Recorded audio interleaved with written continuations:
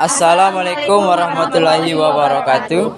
Perkenalkan, kami dari kelompok 2 pengantar agribisnis akan mempresentasikan mengenai perusahaan di bidang agribisnis, yaitu perusahaan Agro Jamur Lombok.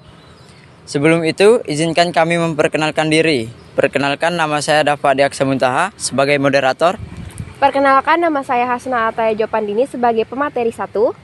Saya Dia Ulaili sebagai pemateri 2. Saya Elsa Elvida sebagai pemateri 3. Saya Alifa Livia Zara sebagai pemateri 4. Saya Amanda Salsabila sebagai pemateri 5.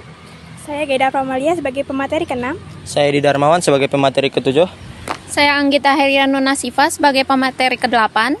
Saya Fida Rufaida Dewi Rejeki sebagai pemateri 9. Berikut penjelasan mengenai perusahaan tersebut yang akan dijelaskan oleh teman-teman saya. Agro Jamur Lombok adalah perusahaan yang bergerak di bidang agroindustri yang berkaitan dengan subsistem usaha tani dan pemasaran. Karena perusahaan ini melakukan kegiatan mengelola lahan, penanaman tanaman, memelihara, serta memanen hasilnya, dan juga mempromosikan, menjual, hingga menyalurkan produk ke konsumen.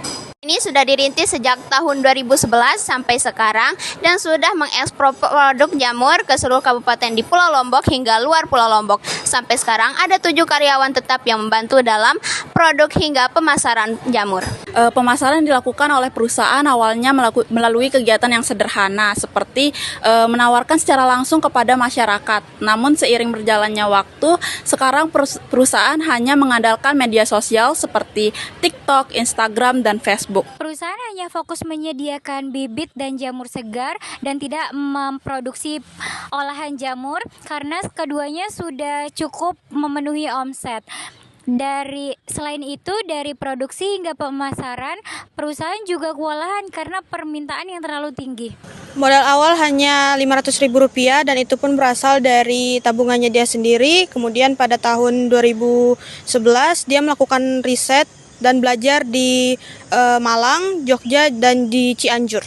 Perusahaan awalnya memproduksi jumlah kecil dan terus belajar dari kesalahan hingga bisa memproduksi puluhan jamur kilo per hari dan mengekspor ribuan bibit. Selanjutnya itu adalah kendala dan solusi. Kendalanya itu adalah salah satunya yaitu pemasaran produk.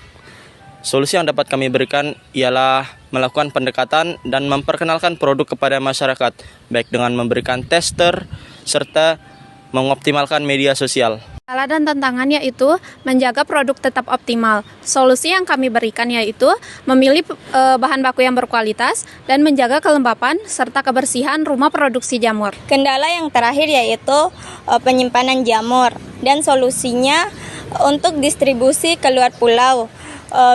Bisa dengan menentukan standar kualitas panen. Dipanen saat jamur tidak terlalu tua dan tidak terlalu muda.